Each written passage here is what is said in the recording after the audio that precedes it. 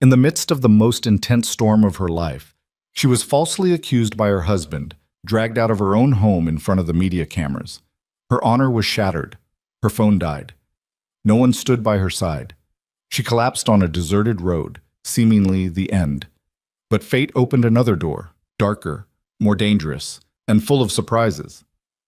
Follow the story to the very end. Like and comment with the name of the city you're watching to let me know how far my story has progressed. The rain didn't fall. It attacked. Sheets of water hammered the limestone steps of the Crane estate as two security guards dragged Evelyn Hartwell through the front doors she'd walked through every day for 7 years. Her bare feet scraped against wet stone. One heel had snapped off somewhere inside, and she hadn't even noticed. The silk dress she'd put on that morning for the board luncheon was soaked through, clinging to her ribs, and her mascara ran in black rivers down both cheeks. She didn't scream. That was the thing people would remember later when the footage went viral. She didn't scream, she didn't beg, and she didn't cry. She just looked straight ahead with her jaw locked and her fingers curled into fists while two men, twice her size, hauled her across the cobblestone driveway like a bag of garbage. Victor stood in the doorway behind her, dry, calm, his charcoal suit unwrinkled, his silver cufflinks catching the porch light. He had his phone in one hand and a glass of bourbon in the other, and he watched his wife being removed from his property with the same expression he wore when reviewing quarterly earnings. 3 news vans were already parked along the gate. Someone had tipped them off. Of course someone had. The cameras were rolling before the guards even reached the door. "Mrs. Crane," a reporter shouted from behind the iron fence, "is it true you embezzled $14 million from Crane Holdings?" She didn't answer. The guard on her left squeezed her arm harder, and she bit down on the inside of her cheek until she tasted copper. "Mrs. Crane, can you comment on the affair with Marcus Webb?" The second guard shoved her through the pedestrian gate. She stumbled, caught herself with one hand on the wet pavement, and felt the skin on her palm tear open. Blood mixed with rainwater. She stood up, turned around once, looked back at the house. Victor raised his bourbon in a quiet toast. Then he stepped inside and closed the door. The locks engaged. All of them. She heard the electronic bolts slide home one after another, a sound she'd heard 1,000 times from the inside but never from out here, never standing in the rain, never with her hand bleeding and her name being screamed by strangers with cameras. She started walking. There was nowhere specific to go. Her purse was still inside. Her phone was still on the kitchen counter where she'd left it when the lawyers showed up unannounced with their folders and their flash drives and their rehearsed accusations. She had no wallet, no keys, no identification. She had a torn dress and one broken shoe, and she kicked the other one off after half a block because the asymmetry made her ankle hurt. The streets of the Harborside neighborhood were empty. Anyone with sense was indoors. The storm had been building since noon, and by now the wind was bending trees sideways and sending trash cans rolling down the gutters. Lightning cracked somewhere over the water, close enough that the thunder arrived almost instantly, a deep, concussive boom that rattled windows in the houses she passed. None of those doors opened. She'd donated to 3 of these families' charities. She'd attended their children's recitals. She'd sat in their kitchens and laughed at their jokes and brought wine to their dinner parties. And now every curtain was drawn, every porch light switched off, and she walked past like a stranger, like something less than a stranger. The rain was getting colder. Her fingers were going numb. She could feel her body starting to shake, not from fear but from temperature, her muscles contracting involuntarily as her core tried to preserve heat. She crossed her arms over her chest and kept moving because standing still felt like agreeing to die. The coastal highway stretched ahead of her, a 2-lane road hugging the cliffs above the harbor. No sidewalk.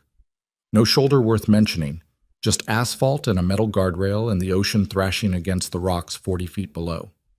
She walked on the white line because it was the only thing she could see clearly. Her feet were bleeding now too, small cuts from gravel and glass. She couldn't feel them anymore. She replayed the evening in fragments, the lawyers arriving at 6. Victor's face when he turned to her in the living room, the way he'd looked at her like she was already gone.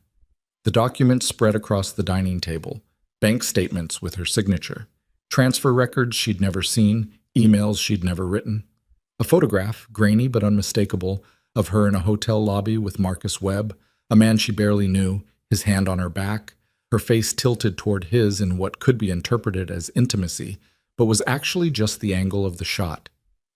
"I don't understand," she'd said, and Victor had answered with the coldest sentence she'd ever heard from his mouth. "You don't need to understand, Evelyn. You just need to leave." 7 years. She'd built the interior of that house, chosen every fixture, every fabric, every piece of art on every wall. She'd hosted his clients, managed his social calendar, sat beside him at fundraisers while he shook hands with people who mattered. She'd been his partner, his foundation, and he'd dismantled her in 45 minutes with a stack of forged paperwork and a phone call to the press. She stopped walking. Her legs wouldn't carry her anymore. It wasn't a decision. Her body simply quit. She stood swaying on the center line of the highway for a few seconds, her eyes unfocused, the rain streaming down her face, and then her knees buckled and she went down hard on the asphalt. She tried to get up. Her arms shook.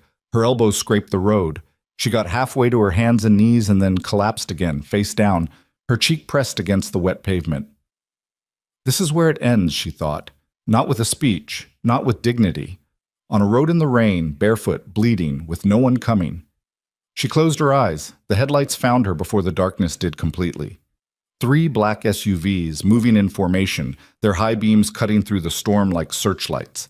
The lead vehicle braked hard. Tires hissed on wet asphalt. Doors opened. Voices barked orders in clipped military cadence. A man knelt beside her. She felt a hand on her neck, checking for a pulse. Fingers, warm and dry, against her frozen skin. "She's alive," the man said. "Barely. Get the blanket." Something heavy and warm was draped over her. She was lifted carefully by hands that knew how to carry a body without causing further damage. She caught a flash of a face above her. Dark eyes, sharp jaw, a thin scar running from the corner of his left eye to his temple. Then the interior of a vehicle, warm air blasting from the vents, leather seats, the smell of cologne and gunmetal. "Who is she?" someone asked. "I don't know yet." The voice was low, controlled, with the kind of authority that doesn't need volume. "But she's not a junkie, and she's not homeless. Look at her hands. Look at the dress. Get me an ID." The SUV pulled away. Evelyn tried to open her eyes, tried to speak, but her body had finally surrendered completely. The last thing she registered was the hum of tires on pavement and the distant roll of thunder growing quieter as the convoy moved inland. Then nothing. She woke up in a room that didn't make sense. The ceiling was 12 feet high, coffered, painted a shade of ivory that cost more per gallon than most people's rent. The bed beneath her was enormous, the sheets cool and impossibly soft, the kind of fabric you could only buy from dealers who didn't advertise. Sunlight poured through floor-to-ceiling windows, and beyond the glass she could see the ocean, calm now, flat and blue, as if the storm had never happened. Her hands were bandaged, her feet were wrapped. Someone had changed her clothes. She was wearing a white cotton shirt that smelled like detergent and cedar, and loose linen pants she'd never seen before. On the nightstand beside her was a glass of water, a bottle of aspirin, and a folded note card that simply read, "Rest." She sat up. Pain radiated through her ribs, her back, her knees. Every joint ached, but her head was clear and her pulse was steady, and that was enough. She stood, crossed the room on unsteady legs, and opened the door. The hallway beyond was lined with artwork and surveillance cameras. She counted 4 cameras before she reached the staircase. At the bottom stood a man in a dark suit with an earpiece and a holstered weapon visible beneath his jacket. He looked at her without surprise. "Mrs. Hartwell, Mr. Moretti is waiting for you on the terrace. This way." She followed because she had no other options.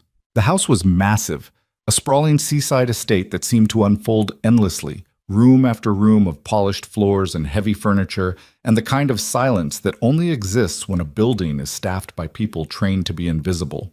She caught glimpses of other men, all armed, all watching her without watching her, the way professionals do. The terrace overlooked a private stretch of beach. A table was set for breakfast. 2 places, with coffee and fruit and bread and a newspaper folded beside one plate. The newspaper's front page showed a photograph of Evelyn being dragged through the gate. The headline was brutal. She looked away. The man sitting at the table didn't stand when she appeared. He was perhaps 50, broad-shouldered, with iron gray hair cropped close, and the kind of face that had been handsome once before time, and experience carved it into something harder. His eyes were nearly black, and they studied her the way a mechanic studies an engine, looking for what's broken and what's still running. "Sit down," Dominic Moretti said. Not a request. She sat. Her hands were trembling. She put them in her lap where he couldn't see them. "Coffee? Where am I?" "My home. You were unconscious on a highway in the middle of a nor'easter. My people brought you in." He poured coffee into her cup without waiting for permission. "You're safe, for the moment." "Why?" He looked at her. "Why what? Why did you stop? Why bring me here? You don't know me." "I know your name. I know your husband, and I know that what happened to you last night was theater." He picked up his own coffee, drank. "Very good theater, but theater." She felt something tighten in her chest. "You saw the news." "I saw a woman dragged out of a $30 million mansion in a rainstorm with no shoes, no phone, and no defense. That's not justice, Mrs. Hartwell. That's a performance." She didn't respond. She looked at the ocean and tried to hold herself together because his words had punctured something she'd been sealing shut since last night, and if she let it open now, in front of the stranger, she wouldn't be able to close it again. "I didn't steal anything," she said quietly. "I know." She turned to him. "How can you possibly know that?" "Because I've been watching Victor Crane for 3 years. Because his accounting doesn't add up, and it hasn't for a long time. And because the kind of evidence he produced last night is the kind that only exists when someone manufactures it." He set down his cup. "Your husband didn't catch you, Mrs. Hartwell. He framed you." The words hit her like a physical blow, not because they were surprising, but because hearing them spoken aloud in a calm voice, with certainty, made them real in a way her own suspicions hadn't. "I don't understand why," she said. "I think you do. You just don't want to." She stared at him. His expression gave nothing away. He was not kind. He was not cruel. He was simply present, watching her arrive at the truth he'd apparently already found. "The inheritance," she said. He nodded once. Evelyn's grandmother had died when Evelyn was 22, leaving behind a trust so complicated it had taken 4 law firms and 6 years to untangle. The assets were enormous. Old money rooted in real estate and mineral rights and shipping contracts that predated the digital age. Evelyn had never fully understood the scope of it. The trust was managed by an executor she'd never met, and the terms were dense, layered, and conditional. She knew it existed, she knew it was substantial, but she'd never accessed it, never needed to, because Victor's wealth had always seemed sufficient. Now that seemed deliberate. "How much do you know?" she asked. "Enough to know that Victor married you specifically because of that trust. Enough to know that his partner, Cassandra Vale, identified you as a target 3 years before you even met Victor at that gallery opening in Back Bay. Enough to know that every piece of evidence against you was created by professionals, people I've done business with, which is how I recognize the work." Evelyn's stomach turned. She pressed her bandaged palm against the edge of the table and breathed through her nose until the nausea passed. "So my entire marriage was an operation," Dominic finished. "You were acquired, not courted." The silence between them stretched. A gull cried somewhere over the water. Wind moved through the grass on the cliffs below. "What do you want from me?" Evelyn asked. "Nothing." "Everyone wants something?" "True." The corner of his mouth moved, not quite a smile. "Victor Crane has been expanding into territories that belong to me. Shipping routes, port access, distribution channels. He's been careful about it, using shell companies and intermediaries, but I've tracked every move. What happened to you last night is connected to that expansion. He needs your inheritance to fund it, which means your problem and my problem are the same problem. So you're using me. I'm giving you information. What you do with it is your business." She searched his face for the lie, for the angle, for the hook that would sink into her flesh if she wasn't careful. She'd spent 7 years married to a man who'd been lying every single day, and she was not about to walk into another trap because someone poured her coffee and told her what she wanted to hear. "I want to see the evidence," she said. "I'll have it brought to you this afternoon. And if I decide to leave, then you leave." The front gate is open. I'll have a car take you wherever you want to go." He paused. "But I'd suggest thinking carefully about where that might be. Victor has frozen your accounts. Your name is on every news channel in the country. The people you thought were your friends have already released statements distancing themselves from you. You have nowhere to go, Mrs. Hartwell, and that's not an accident." She knew he was right. She hated that he was right. She hated that this man, this stranger with scars and armed guards, and a reputation built on fear, was the only person in the world willing to look her in the eye and tell her the truth. "My name is Evelyn," she said. "If I'm going to be a guest in your house, you can stop calling me Mrs. Hartwell. That name belongs to a woman who doesn't exist anymore." Dominic studied her for a long moment. Then he nodded. "Evelyn," he said, "eat something. You're going to need your strength." She ate because he was right about that too. The evidence arrived at 3 o'clock in a leather briefcase carried by a man named Gianni, who had the build of a heavyweight and the manners of a librarian. He set the briefcase on the desk in her room, opened it, and left without a word. Inside were folders, dozens of them, bank records, corporate filings, internal memos, surveillance photographs, phone records. Evelyn spread them across the bed and began reading, and within an hour the architecture of her own destruction became visible. The bank statements bearing her signature were forgeries, expert ones created by someone who'd had access to her actual signature for years, which meant someone in the house, someone on Victor's staff, someone she'd trusted. The transfers had been routed through offshore accounts she'd never known existed, accounts opened using her social security number and identification documents that had been copied without her knowledge. The emails were fabricated, created using a cloned email address that differed from her real one by a single character, sent from an IP address registered to a coffee shop she'd visited regularly, which made the location data look authentic. The photograph with Marcus Webb had been taken at a charity function 6 months earlier. In the original, 3 other people were standing in the frame. They'd been edited out. Webb's hand was on her shoulder because he'd been reaching past her for a drink. The angle had been chosen, cropped, and enhanced to suggest intimacy that never existed. And then there was Cassandra Vale, Victor's business partner, a woman Evelyn had known for 5 years, had dinner with, had confided in during difficult stretches of her marriage, a woman who'd listened to Evelyn talk about feeling disconnected from Victor, who'd nodded sympathetically and poured more wine and asked gentle questions that Evelyn now realized were intelligence gathering. Every vulnerability she'd shared had been cataloged. Every insecurity had been weaponized. The memos showed it all. Cassandra and Victor, communicating through encrypted channels, planning Evelyn's removal with the precision of a military campaign, timelines, contingencies, media strategies, legal maneuvers. They'd even identified which judge would be most sympathetic to Victor's petition for emergency asset protection. Evelyn read until the sun went down. Then she sat in the dark and stared at the wall and felt the last remnants of her old life crumble away like ash. Everything she'd believed was a lie. Her marriage, her friendships, her place in the world. All of it constructed, maintained, and ultimately demolished by people who saw her not as a person, but as an obstacle between themselves and a fortune they believed they deserved. She found Dominic in his study after midnight. He was reading, a glass of something amber on the desk beside him, his jacket off, his sleeves rolled to the elbows. He looked up when she entered. "You've read it," he said. "All of it." "And?" "There's a document in the 3rd folder, a filing for conservatorship. Victor's attorney drafted it 4 months ago.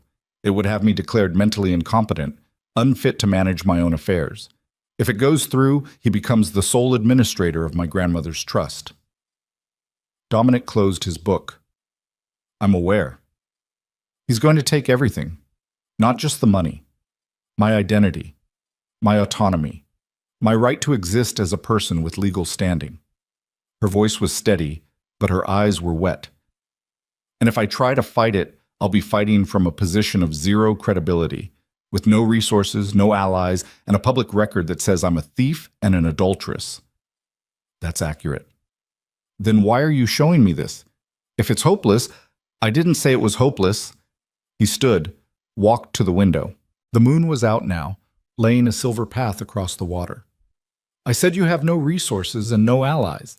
The first problem I can solve, the second one depends on you. What does that mean? He turned to face her. In the low light, the scar along his temple looked deeper, older, like something that had happened in another life. It means I'm offering you a choice, Evelyn. You can walk out that gate tomorrow morning and try to survive this on your own. You'll lose. Victor's machinery is too well built and you're too exposed. Or you can stay. Let my people work. Let me show you what your husband really is and who he's really working with. And when the time comes, you can decide whether you want to tear it all down. And what do you get? Victor Crane off my coastline, permanently. She looked at him for a long time. The clock on the wall ticked. The ocean murmured against the cliffs below. Somewhere in the house, a door closed quietly. I need to think, she said. Take the night. She turned to leave. At the door, she stopped. Dominic. Yes. The men who brought me in from the road, your men, they could have driven past. They could have. Why didn't they? He held her gaze. Because I don't leave people in storms, Evelyn, not even strangers. She went back to her room and sat on the edge of the bed and looked at the files spread across the sheets and thought about the woman she'd been 24 hours ago. That woman would have called a lawyer, would have called a friend, would have believed the system would protect her because it always had. That woman was dead. At dawn, she found Dominic on the terrace again. He was drinking coffee and watching the sun come up over the Atlantic. He didn't turn when she approached. I'm staying, she said. He nodded, poured her a cup, set it on the table beside his. Good, he said, because last night, while you were reading, my people intercepted a communication between Victor and someone we haven't identified yet, a contractor. The message was short.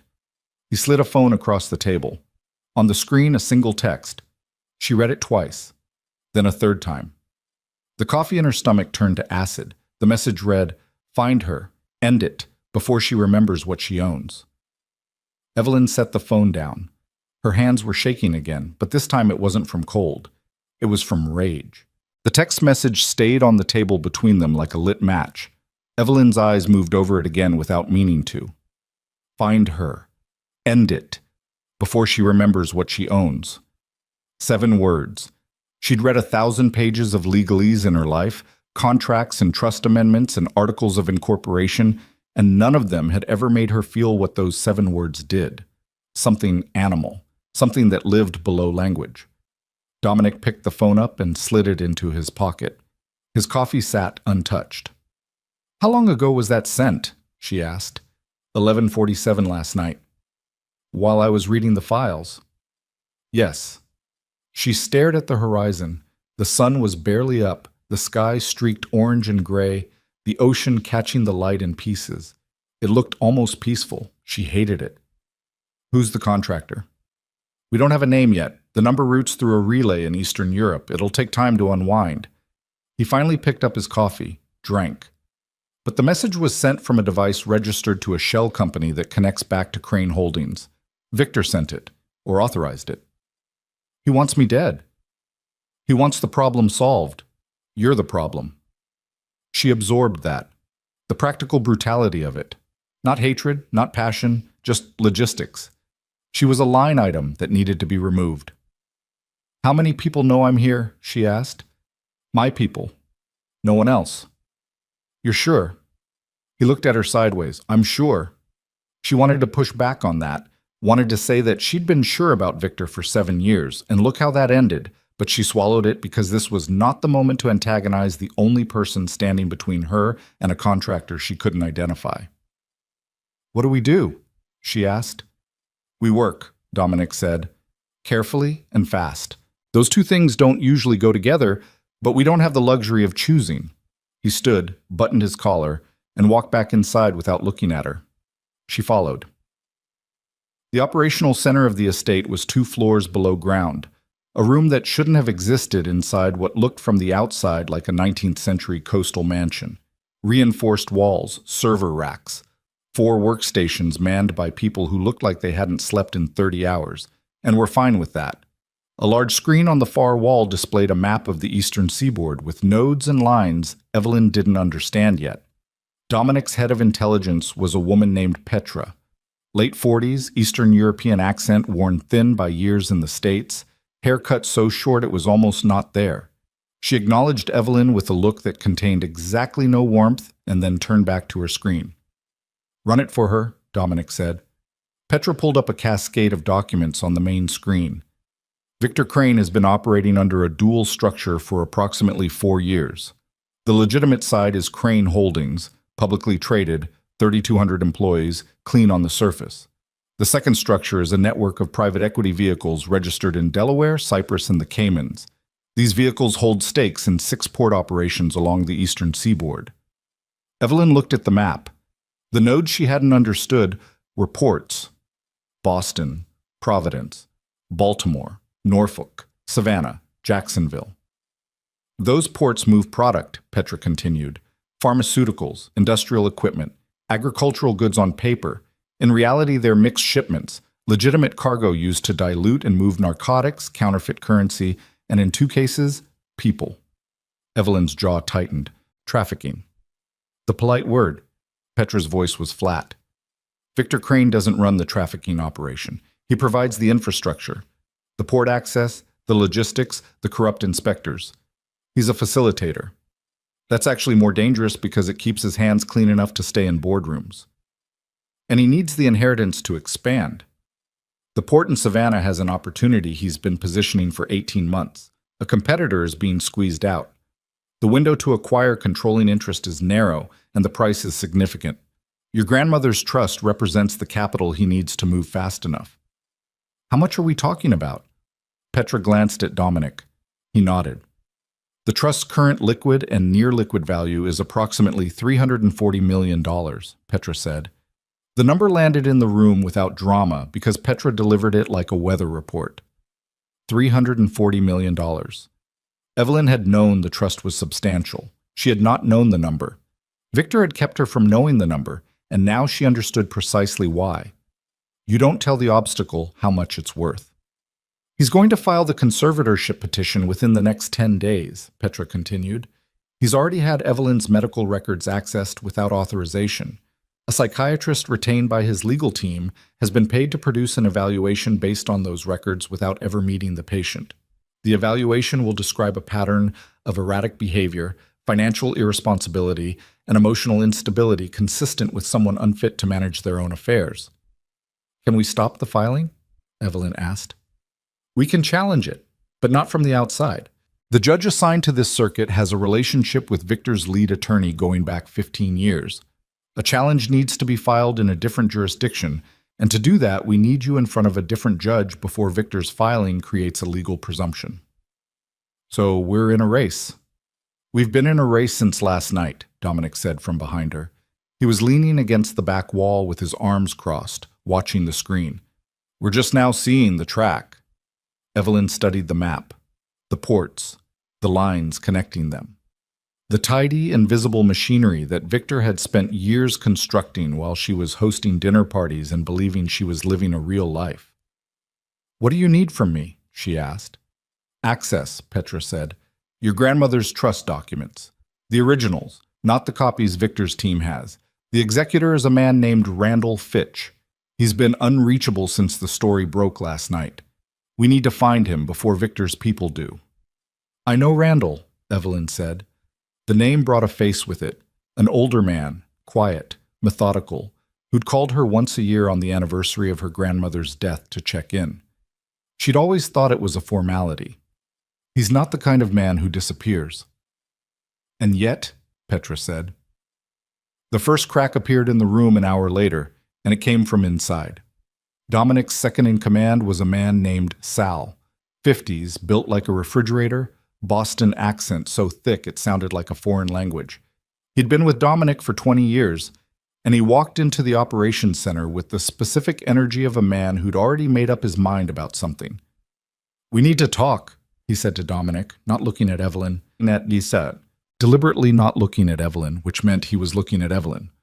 "So talk," Dominic said. "Privately. Whatever you have to say it." Sal's jaw worked. He glanced at Petra, who found something urgent on her screen. Then he looked at Evelyn with the kind of assessment that wasn't personal, it was just business. The way you look at a piece of equipment you're not sure should be in the room. We don't know her, Sal said. We pulled her off a road.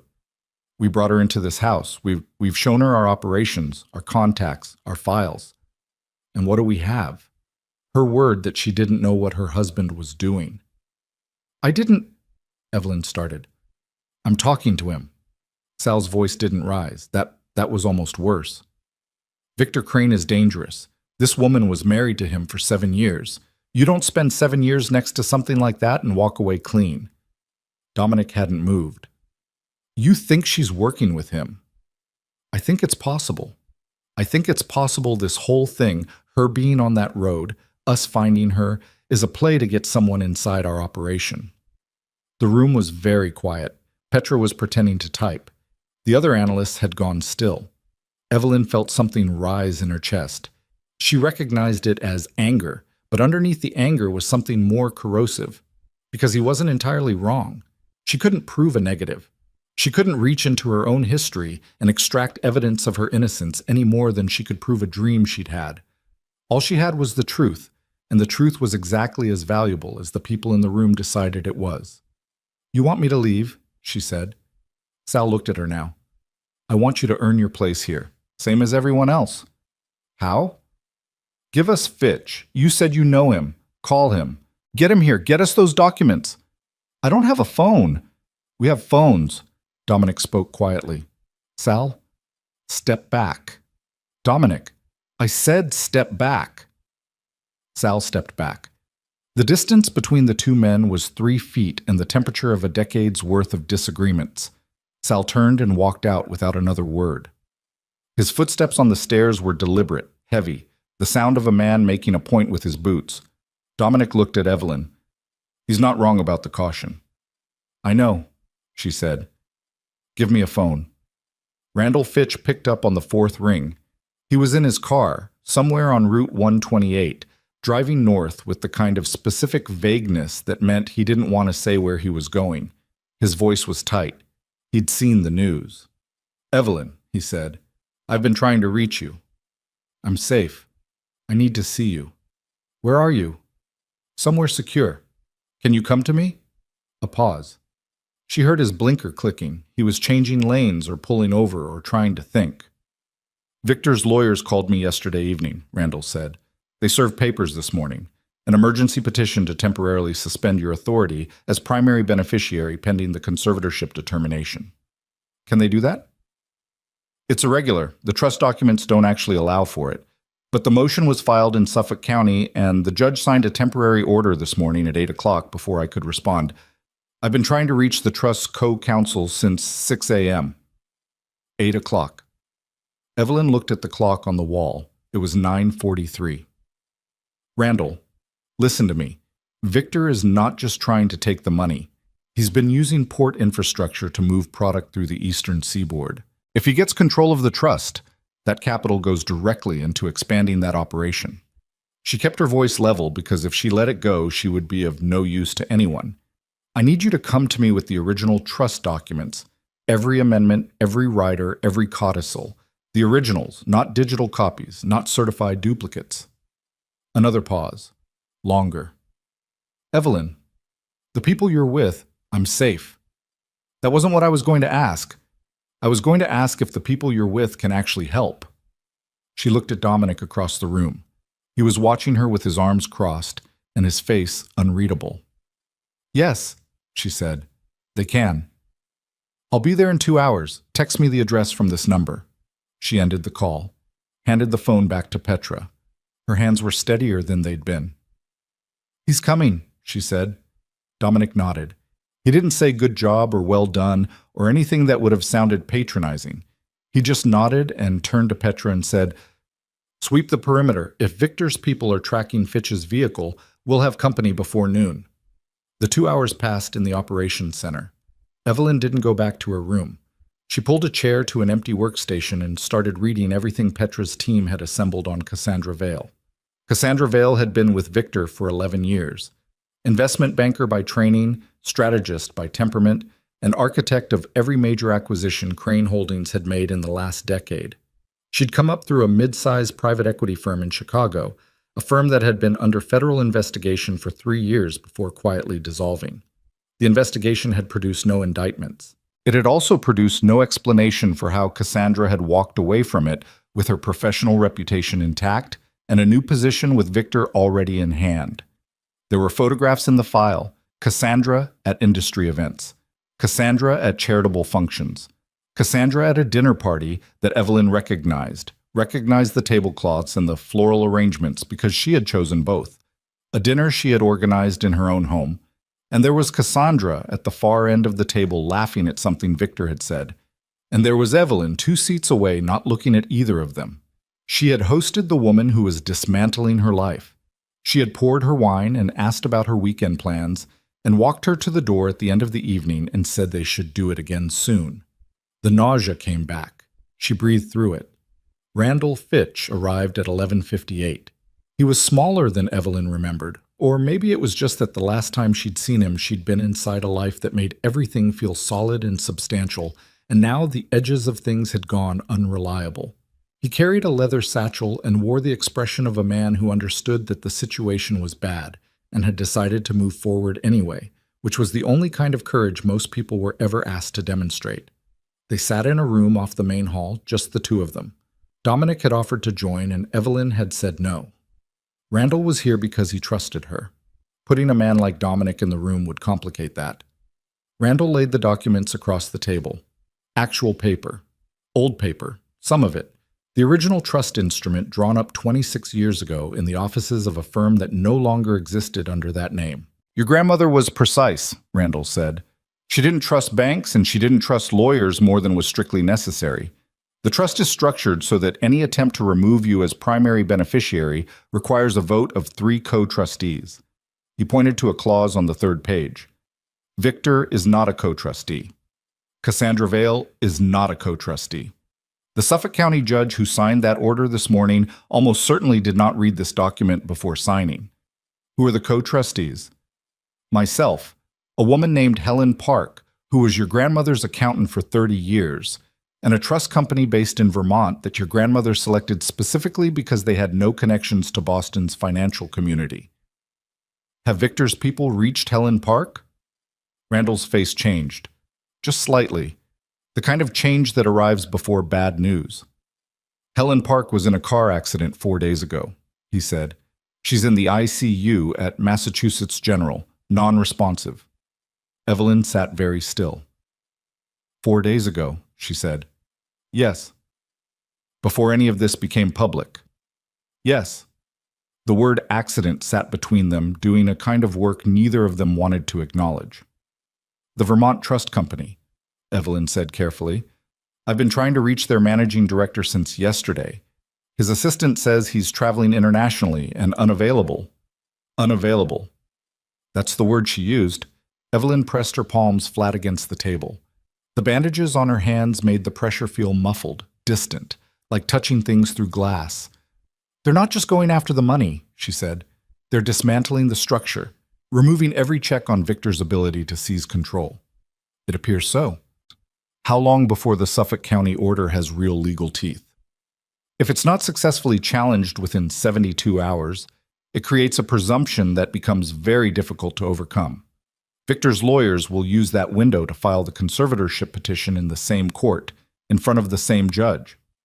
Once both orders are in place simultaneously, any challenge would have to go to the appeals court, and that could take months. He looked at her steadily. You don't have months. No, she said. I have 72 hours.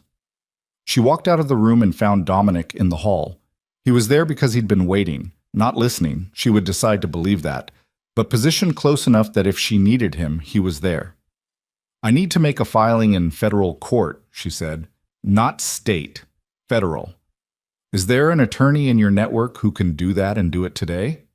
Yes. I also need to know if there's any way to reach the director of a trust company in Vermont who's supposedly traveling internationally and whose managing director just happens to be unreachable during the 72-hour window that determines whether I lose everything. Dominic pulled out his phone, made a call, spoke for 45 seconds in a language she didn't catch, and then hung up. Someone will have a location for him within 3 hours, he said. She nodded, started to turn. Evelyn? She stopped. The co-trustee. The woman in the ICU. Helen Park. I'm going to find out what happened to her. If it wasn't an accident, find out quietly, Evelyn said. I don't want Helen Park to become a story that Victor can use. If there's something there, I want it usable when we need it, not before. Dominic studied her. Something shifted in his expression, slight and quick.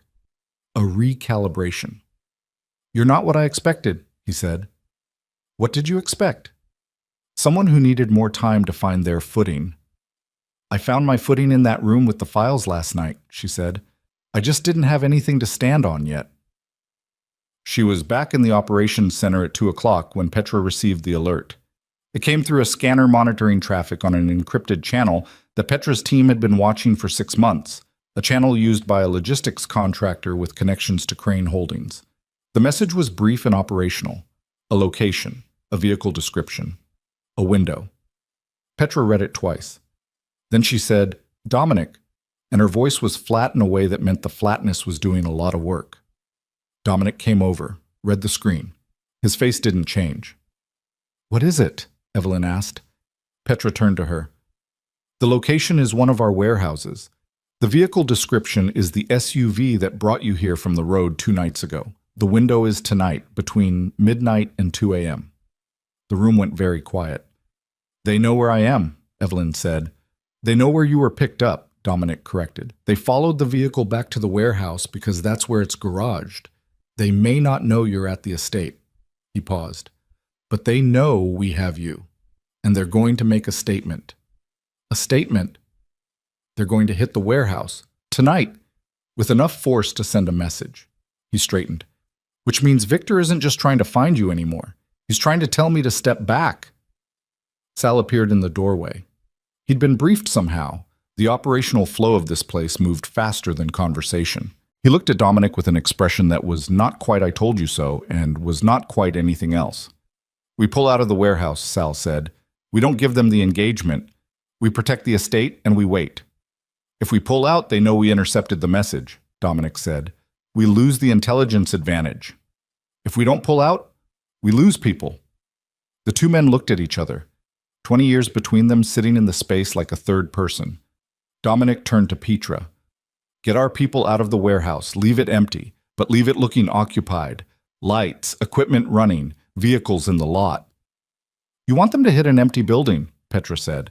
I want to see how they hit it, what they bring, how many people, what their escalation threshold is. He paused. And I want video. Sal exhaled through his nose, said nothing. Left the room again, and this time his footsteps on the stairs were faster. He disagreed, but he would execute. That was the calculus of loyalty in a place like this. Evelyn stood in the middle of the room and felt the machinery of violence moving into position around her. She had walked into this. She had chosen to stay. And now men she didn't know were going to be redirected because of her presence in this house. And other men she didn't know were going to attack a building because of what she represented to someone who had once kissed her on a beach in Portugal and told her she was the only real thing in his life. Victor had said that. On their honeymoon. The only real thing. She understood now what he meant. She was real. The rest of it, the love, the partnership, the future he'd described, was performance. She was the only real thing because she was the only thing that actually existed. The target, the asset, the obstacle. She should have felt something about that. Something grief-adjacent. Instead, she felt cold and very clear. At 11:59 p.m., the first vehicle turned off the coastal road toward the warehouse district. Petra watched the drone feed on the main screen, a grainy green-tinted image of 3 black vans moving in convoy. No plates, no lights, taking the service entrance like they'd been there before. Which meant they had been. Which meant Victor's people had been inside Dominic's operation before tonight, and the question of how deep that went had just become urgent. The vans stopped. Men in tactical gear deployed. Fast, professional, coordinated. Not amateur muscle. These were contractors, precisely the kind that sent encrypted messages through Eastern European relays. Evelyn counted 12. 12 men for an empty warehouse. He sent 12 men, she said quietly. Dominic was standing beside her. He watched the screen with the focus of a man reading something he already knew but needed to see written down. He sent 12 men, he said, for a woman with no phone, no money, and no allies. He's not sure what I am to you yet, so he's being careful. She turned to look at him. And what are you to me? He kept his eyes on the screen. That depends on what happens next. The warehouse went up fast. Incendiaries, not firearms. Whoever had planned this wanted the message to be visual. The building caught from 3 points simultaneously and burned bright enough that the drone camera had to adjust its exposure. No one was inside. No one was hurt. But on the monitor to Petra's left, a secondary alert had been running for the past 40 minutes. The attorney Dominic had connected her with had filed an emergency motion in federal court at 4:17 that afternoon. The motion cited fraudulent asset concealment, conflict of interest in the state court filing, and presented 3 affidavits, including Randall Fitch's, challenging the Suffolk County order. The federal judge had reviewed it. At 11:45 p.m., 15 minutes before the warehouse burned, the judge had issued a temporary restraining order blocking Victor's conservatorship petition from moving forward pending a full evidentiary hearing. The hearing date was set for 9 days from now. 9 days. Evelyn stared at the burning warehouse on one screen and the court filing confirmation on the other, her life represented by fire and paperwork in the same moment. Dominic's phone buzzed. He read the screen, showed it to her. Another message on the encrypted channel. Not to a contractor this time. This one was between Victor and Cassandra. She has help. Real help. Change of plan. Use Webb. Marcus Webb. The man from the photograph. The man they'd edited into an affair that never happened. Evelyn read the message 3 times. Then she looked at Dominic and said the only thing that made sense. They're going to use Marcus Webb to do something. I don't know what yet, but Marcus Webb is a real person who exists in the real world, and if they're pivoting to him, it means whatever they have planned for him involves me in a way that can destroy everything we've built in the last 48 hours. Evelyn finished the sentence she'd started before the message cut through her thinking. The operations center felt smaller than it had an hour ago. The burning warehouse on the drone feed had collapsed to one corner of the main screen, orange and guttering, and no one was looking at it anymore. Dominic was already moving. He crossed to Petra's station and said, "Pull everything we have on Marcus Webb, financial records, phone records, location data, anything the team has been sitting on." "We haven't been tracking Webb," Petra said. "Start now." Petra's fingers moved. Dominic turned back to Evelyn. "Tell me about him. From the beginning. How you actually know him." Evelyn thought back. The memory arrived clean and useless.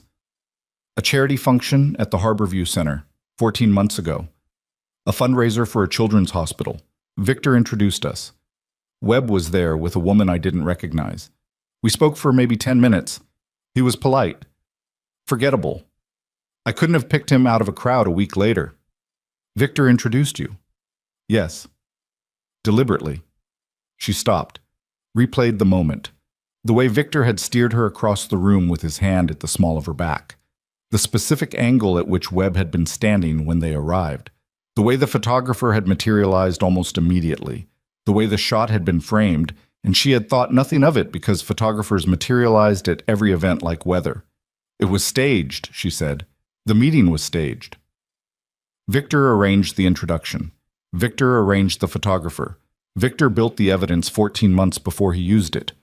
Dominic said it without inflection. Which means he's been planning this specific exit longer than we thought. Cassandra, Evelyn said. Cassandra planned it. Victor doesn't think that far ahead. He executes. She architects. Dominic held her gaze for 2 seconds. Then he turned back to Petra. Cross-reference Webb's financial activity with any accounts connected to Cassandra Vale going back 2 years. What Petra found took 11 minutes. Marcus Webb was not a victim. He was not an innocent bystander who'd had his image borrowed without permission. Marcus Webb was a contractor of a specific and very particular kind, not tactical, not physical. Webb specialized in legal exposure. He was a man whose profession, on paper, was real estate consultation, and whose actual income for the past 6 years had come from a series of payments that moved through intermediary accounts, before landing in a personal holding company registered in Nevada. The payments traced, with 3 degrees of separation, to Cassandra Vale's private investment vehicle. Webb had been paid to be at that charity function, paid to stand at the angle the photographer needed, paid to exist in Evelyn's orbit long enough to create the evidentiary record of an affair that never happened. But that wasn't the part that made Evelyn's vision go white at the edges.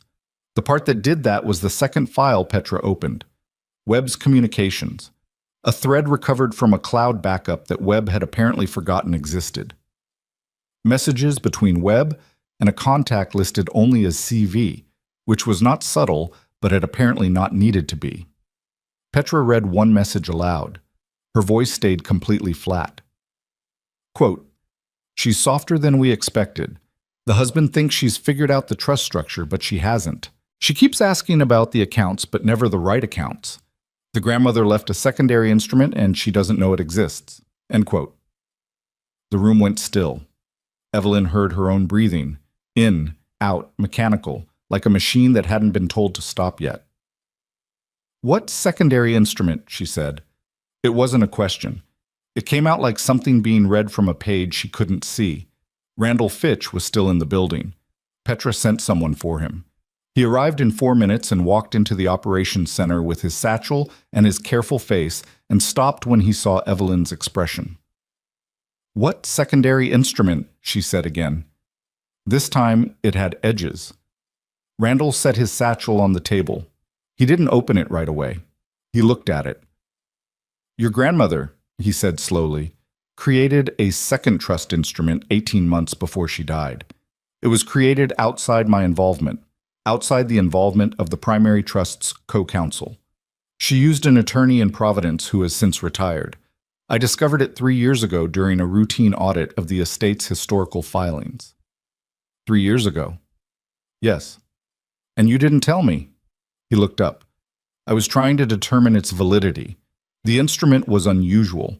Its terms were conditional on specific triggering events, and until those events occurred, disclosure was restricted by the instrument itself." "What triggering events?" "A legal challenge to your status as primary beneficiary of the main trust." He paused. "Which occurred yesterday morning when the Suffolk County Court issued its temporary order." Evelyn put both hands on the table, flat, steady. She needed the physical contact with something solid. "Randall, what does the secondary instrument contain?" He opened the satchel, removed a document that looked older than everything else he'd brought. The paper had the specific yellow quality of age, the corners slightly curled, the typeface the kind that machines hadn't produced for 30 years. "Your grandmother was not naive about wealth or about people who pursue it," Randall said. "She anticipated that someone might try to remove you from your inheritance through legal maneuver, so she created a separate vehicle, a secondary trust holding assets that were never disclosed to the primary trust's co-trustees, including myself, and never entered into any public record." "What assets?" He turned to the last page of the document, pointed to a figure. Evelyn read it again. $190 million in privately held securities, real estate deeds, and bearer instruments held by a custodian in Switzerland. Assets that existed entirely outside the structure Victor had spent years studying. Assets he didn't know about. Assets that Cassandra Vale apparently did know about, because the message said the grandmother left a secondary instrument and she doesn't know it exists, which meant Cassandra had found it before Evelyn had, which meant Cassandra had been positioning to seize not one fortune, but 2. "They're going to use Webb," Evelyn said, thinking aloud, the pieces assembling fast and ugly. "They're going to use Webb to file something, an affidavit, a statement, something that adds another layer to the fraud case against me, something personal enough that it discredits any challenge I make to the conservatorship. If I'm publicly characterized as having had an affair, if Webb goes on record with details, fabricated details, then my federal filing looks like the desperate legal maneuvering of a woman who's guilty and frightened. The judge loses confidence. The TRO gets lifted." Dominic, who had been standing behind her listening to all of it, spoke. "And once the TRO is lifted, Victor moves on both trusts simultaneously." "He doesn't even know about the second one," Evelyn said. "Cassandra does." The 2 names, Victor and Cassandra. They had operated in Evelyn's mind until this moment as a unit, a partnership, a coordinated machine. But machines don't have ambitions that run parallel to each other. Machines don't hide information from their own components. Evelyn turned and looked at Dominic directly. Cassandra isn't working with Victor. She's working ahead of him. She knows about the secondary trust. He doesn't. She's been using his operation to clear the path, and when it's done, she plans to be the one holding everything. The silence in the room had a specific texture now, the kind that arrives when everyone in a space simultaneously understands that the situation is worse than it was 30 seconds ago. Sal appeared in the doorway. He'd been outside, but not far. He looked at Dominic with an expression that had shed its earlier antagonism and replaced it with something more focused, professional alarm. "We have a problem," Sal said. "Add it to the list," Petra said without looking up. "This one's immediate." He held up a tablet. On the screen was a news alert, 3 minutes old, from a Boston-based news outlet. The headline read, "Exclusive. Witness claims Crane estranged wife. Hidden at Moretti Estate." The room moved. Not physically, but every person in it shifted slightly, a collective recalibration of threat level, the way animals move when a sound arrives that the brain hasn't identified yet, but the body already has. Evelyn felt it in her throat, the specific contraction of understanding. "Someone in this house," she said. Dominic was already reading the article on his own phone. His face was completely still, too still. The kind of stillness that in another person would have meant shock, but in him meant processing. "The article doesn't name a source," he said. "It describes the location with enough specificity that it's someone who has been here, or someone who spoke with someone who has been here." He looked up at Sal. "Run it." Sal nodded and left. No argument this time. Petra said without looking away from her screen, "If Victor's people have confirmation of this location, the warehouse last night was reconnaissance, not the main event." "I know," Dominic said. "We need to move her." "I know." Dominic.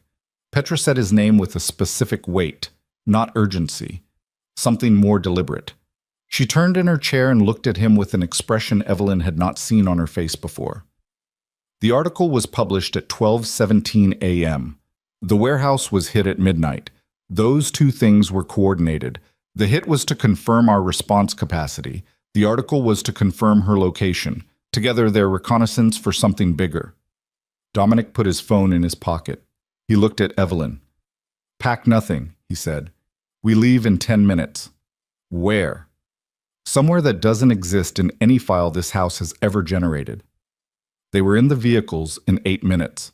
2 SUVs, not 3, running dark, taking the service road along the cliff's edge rather than the main gate.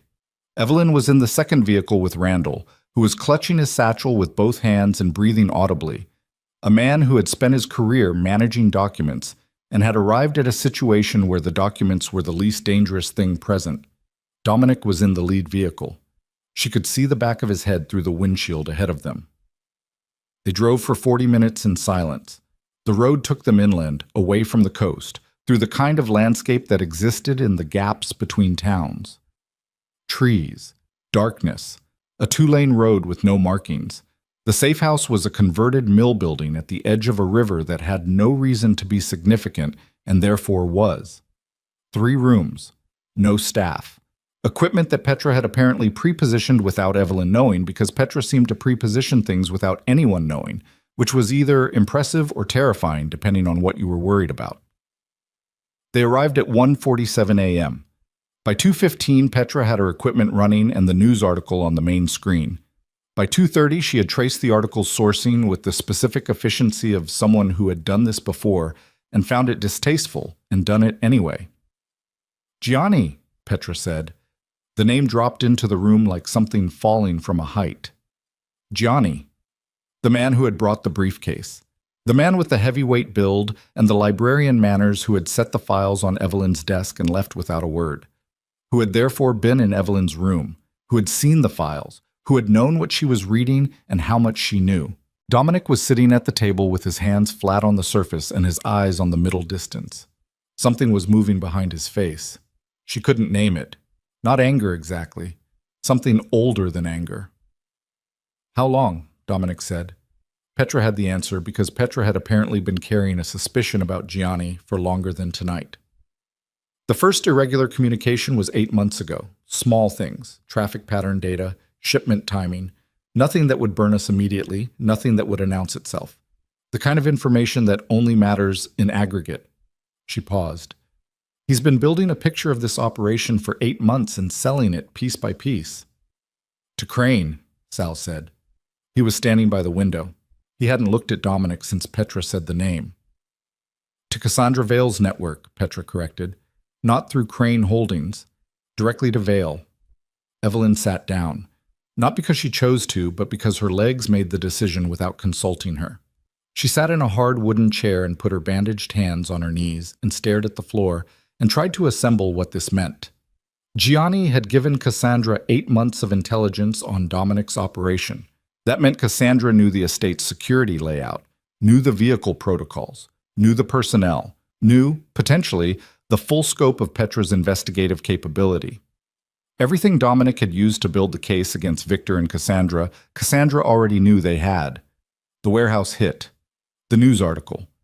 Those weren't desperation. They were confidence. Cassandra had known exactly what she was walking into because she'd been reading the blueprints for 8 months. The federal filing, Evelyn said slowly. The TRO. Petra looked at her. Cassandra knew we were going to file it before we filed it, Evelyn said. She knew about Randall. She knew about the hearing date. She's had 9 days to prepare a countermove, and she's had it for longer than 9 days. Dominic finally moved. He stood, walked to the window and stood beside Sal, looking out at the river, which was black and indifferent. The Webb affidavit, he said. When? Petra checked her screen.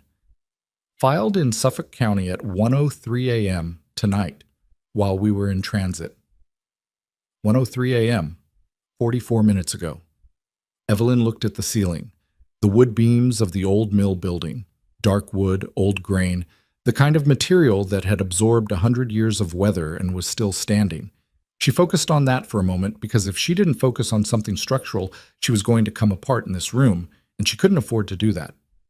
The Webb affidavit was 37 pages. Petra had a copy inside 6 minutes, filed through public court records. She put it on the screen. It was detailed. Not just the photograph, the charity function, the edited image.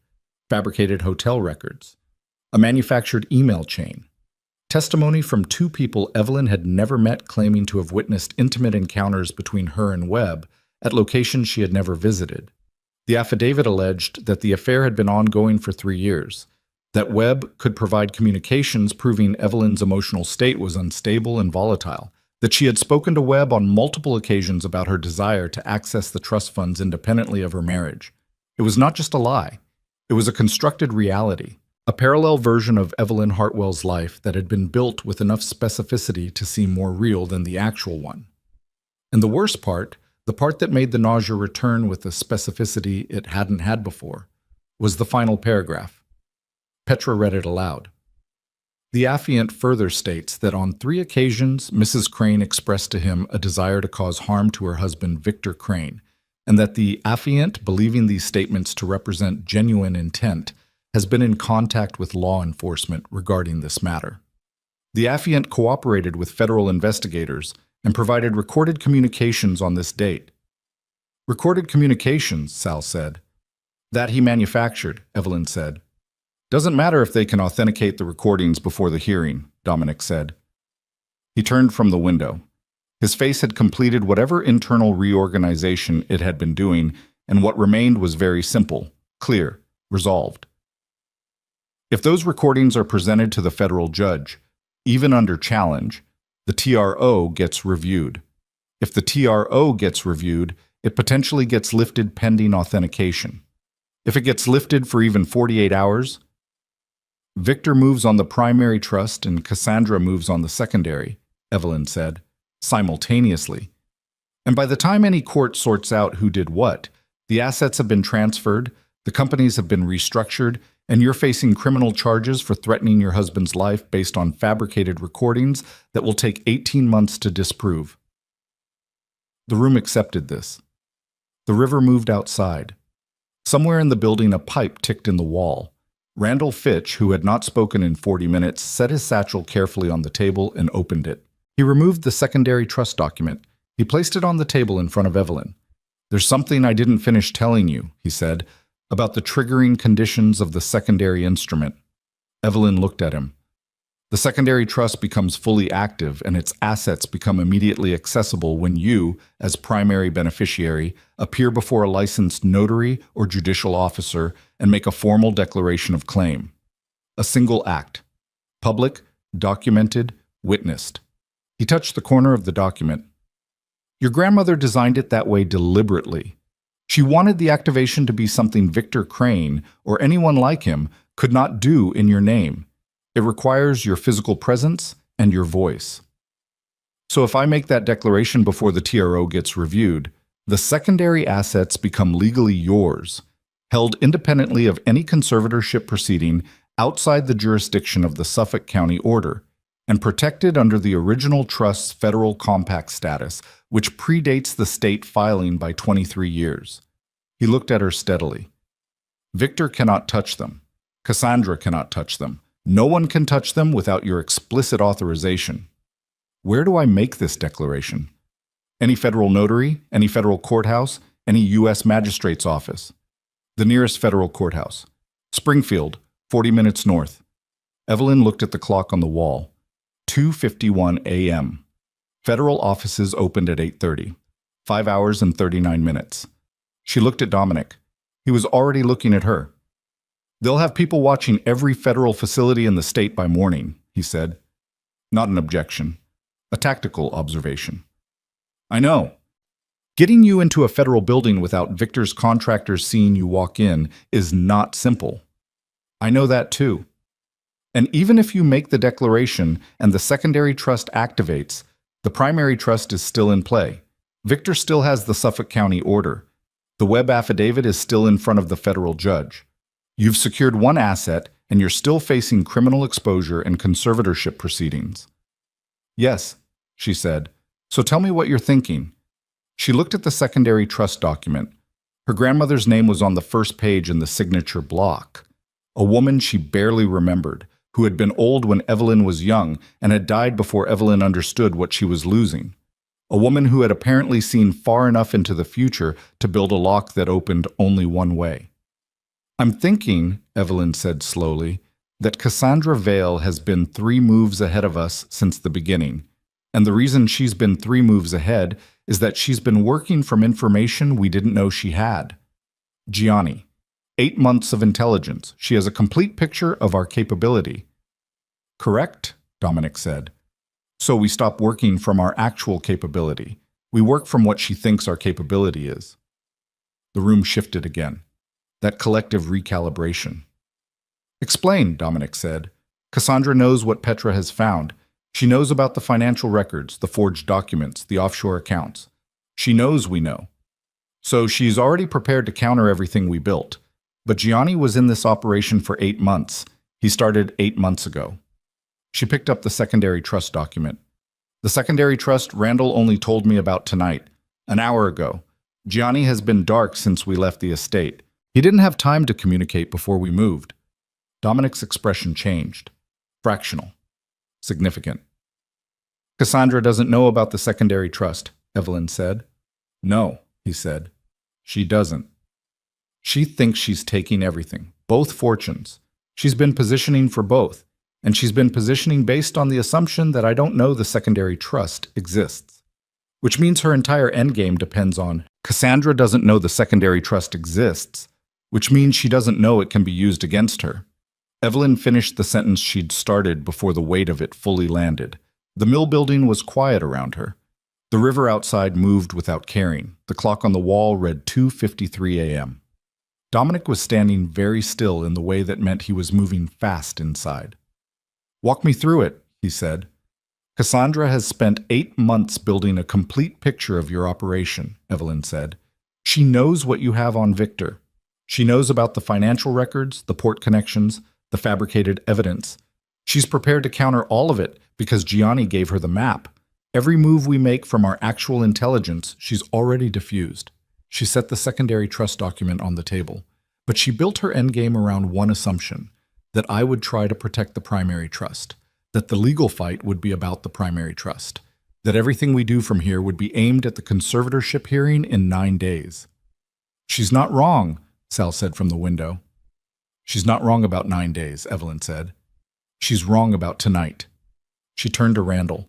What time does the Springfield Federal Courthouse open? 8:30. What time do the cleaning crews arrive? Randall blinked. Federal buildings, cleaning contractors. They come in before staff, before security is fully operational, before anyone is watching the entrances for a woman who shouldn't be there. She looked at Dominic. If Cassandra is watching federal facilities, she's watching business hours. She's watching the front entrance at 8:45 when a woman walks in with a lawyer. She's not watching a service entrance at 5:30 a.m. when the building is technically closed. Federal buildings don't have loose security at any hour, Dominic said. No, but they have on-call duty officers, U.S. magistrates who can be reached for emergency judicial functions. She looked at Randall again. Can a declaration of claim be witnessed by an on-call magistrate outside normal business hours? Randall was quiet for 4 seconds. It's irregular, but technically, yes. The secondary trust instrument specifies a licensed judicial officer. A duty magistrate qualifies. I would need to reach someone I trust in the Springfield office. Do you have someone? Another 4 seconds. Margaret Cho. She clerked under the magistrate for 6 years. She's on the duty rotation this month. I have her personal number. Call her, Evelyn said. The room looked at Dominic. He looked at Evelyn. Something behind his eyes ran its calculation and completed it. Call her, he said to Randall. Petra was already breaking down her equipment. Sal was on his radio, speaking in the clipped shorthand of a man repositioning people who weren't asking why. Dominic pulled Evelyn aside, 3 steps toward the window, low voice, not whispering, but contained. Springfield is 40 minutes. We'll have 30 minutes of lead time before Cassandra's surveillance network gets eyes on federal facilities. If the duty magistrate agrees and Randall can get us a 5 a.m. window, we're moving against a clock. I know. And when the declaration is made and the secondary trust activates, Cassandra is going to know within the hour.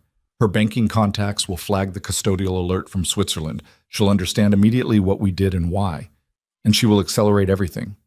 That's what I'm counting on, Evelyn said. He looked at her with an expression she hadn't seen from him before. Not concern exactly, not admiration, something more wary than either. The look of a man reassessing the weight of something he's been carrying and finding it heavier than expected. When she accelerates, it becomes visible, Evelyn continued. Right now, Cassandra is operating in the dark.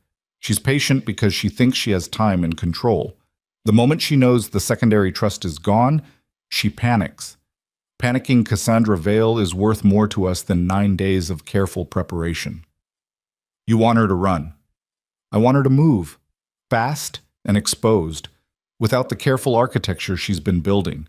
Because when Cassandra Vale moves fast, she'll bring Victor with her, and Victor moving fast in public is the only thing that ends this. Dominic was quiet for 2 seconds. You've been thinking about this since Petra said her name, he said. Since you told me my problem, and your problem were the same problem, she said.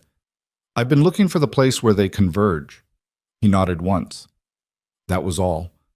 Then he crossed the room and took the radio from Sal and started giving instructions in a voice that had found a specific register, not loud, not hard, just absolutely certain. The voice of a man who has stopped weighing options and started executing. Randall reached Margaret Cho at 3:12 a.m. She was awake. Federal duty officers are always awake. She listened without interrupting, asked 2 questions, and said she could have the necessary authorization in place by 4:45.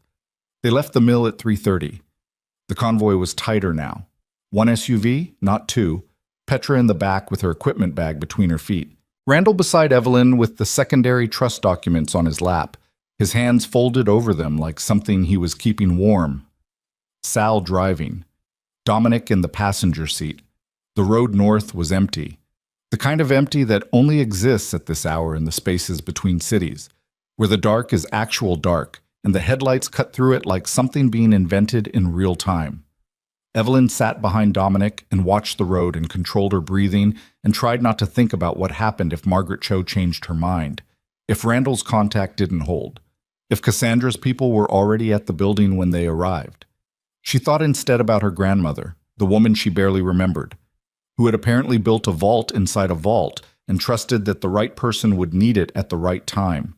That kind of faith required a specific view of the future, the patient certainty that the world could be terrible and that a prepared person could survive it anyway.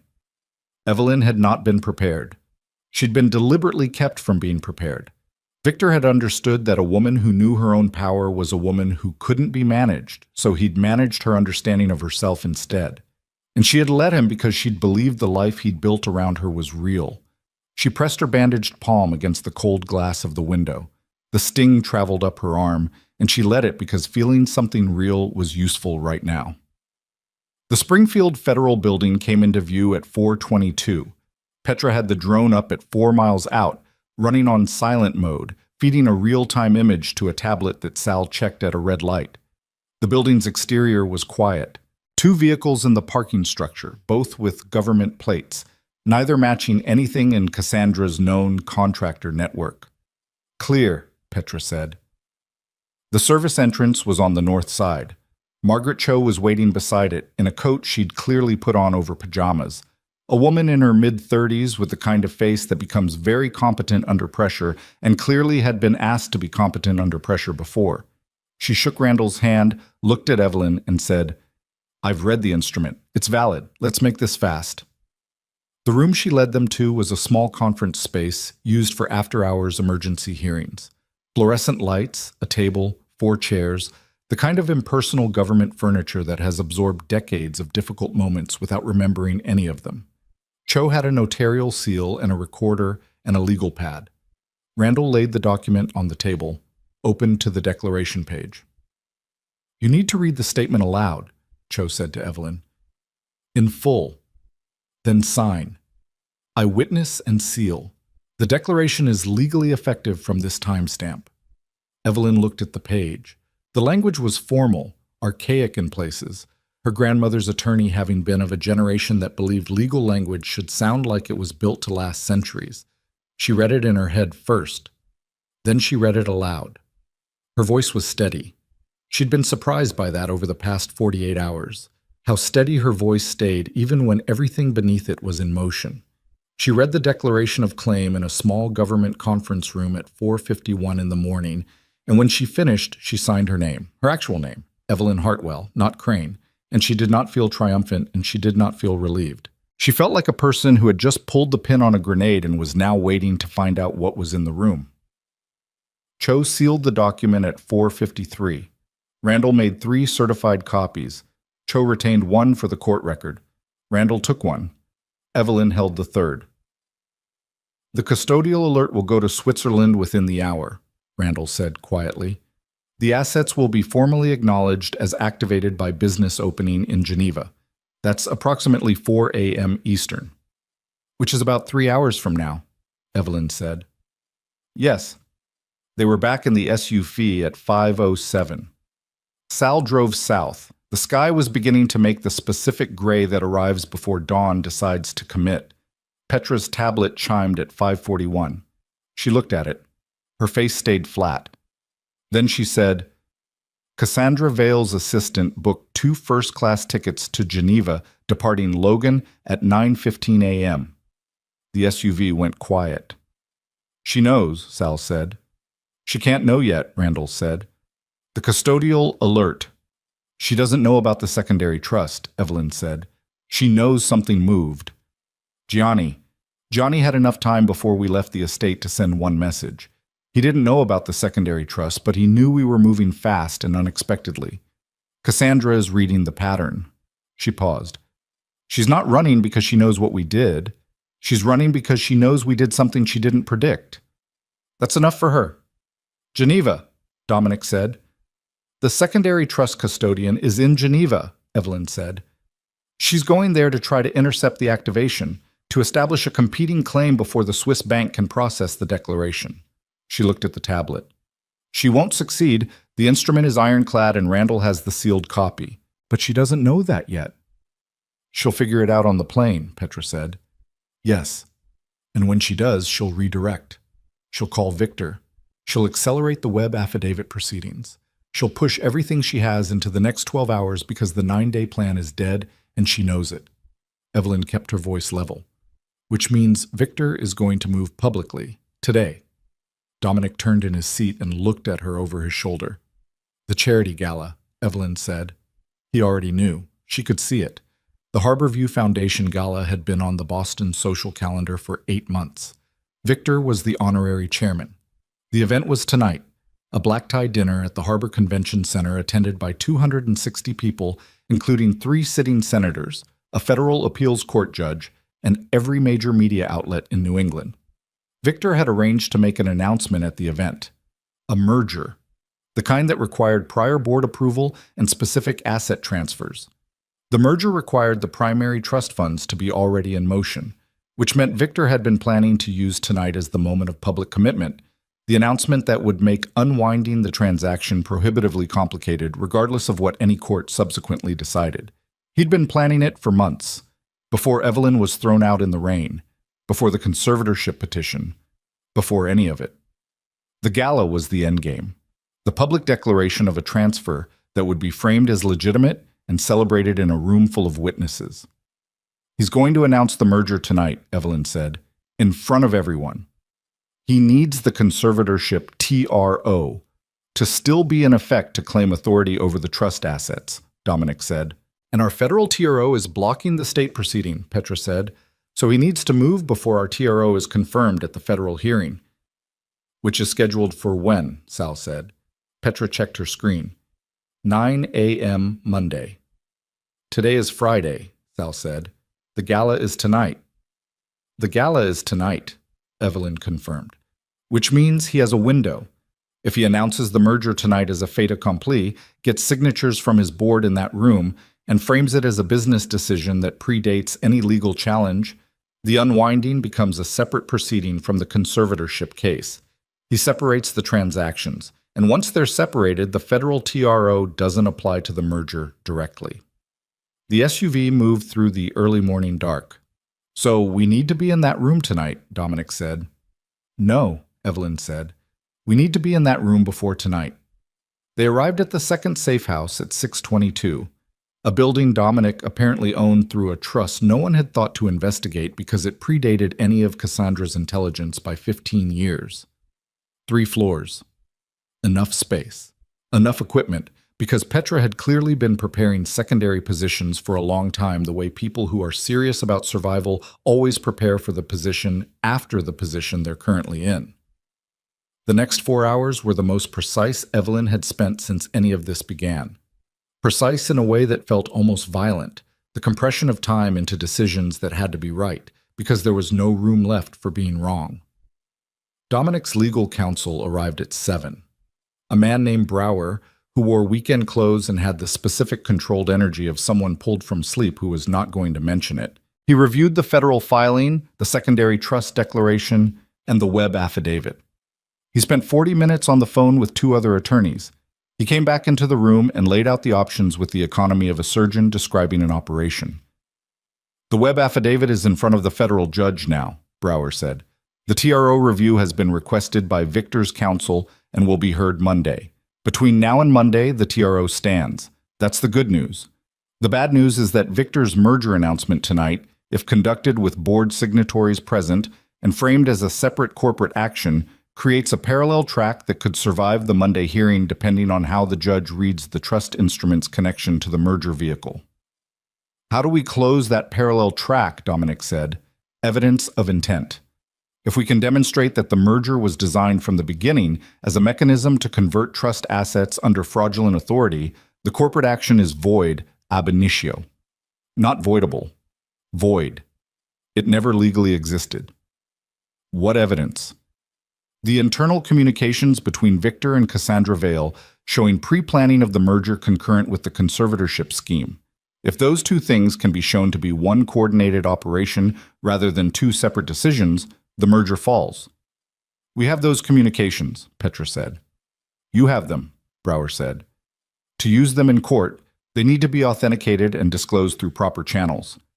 That takes time we don't have. What if they're disclosed publicly? Evelyn said. Not in court. Tonight.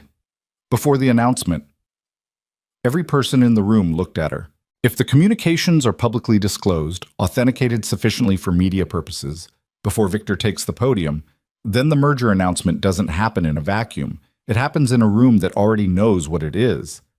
That's not a legal strategy, Brower said. No, Evelyn said. It's not. Dominic looked at her for a long moment. Then he looked at Brower. What's your hourly rate? You pay a retainer. Then get back on the phone. I need an emergency motion filed in federal court by noon alleging criminal conspiracy to defraud in connection with the merger announcement. File it with the communications as exhibits. Not to win today. To create a public record that exists before 8 p.m. tonight. Brower went back to his phone. The day moved fast and hard. Petra's team worked through the morning on authentication protocols for the Cranevale communications, stripping metadata, establishing chain of custody, creating a documentation package that could withstand scrutiny from a journalist and eventually from a court. Sal coordinated with contacts Evelyn didn't ask about to establish physical presence at the gala venue before event security locked it down. Dominic made calls from a room she wasn't in for 2 hours and came back with his jaw set and his eyes clear in the way that meant the calls had gone the way they needed to. Randall Fitch spent the morning on the phone with the Swiss custodian, who confirmed receipt of the declaration and began the formal activation process. Cassandra Vale's flight landed in Geneva at some point during all of this. Whatever she found, there was not what she'd been expecting. At 11:47 a.m., Petra received confirmation that Cassandra had booked a return flight. Boston, departing Geneva at 1 p.m., local time. Arriving 9:42 p.m. Eastern. The gala started at 7. She's not coming back for Victor, Evelyn said when Petra showed her the flight. She's coming back to control what happens after. If Victor's announcement blows up tonight, she needs to be here to manage the fallout, to redirect, to position herself as the person who saw it coming and can fix it. She'll throw Victor to the wolves, Sal said. She was always going to throw Victor to the wolves, Evelyn said. He was the mechanism. He was never the point.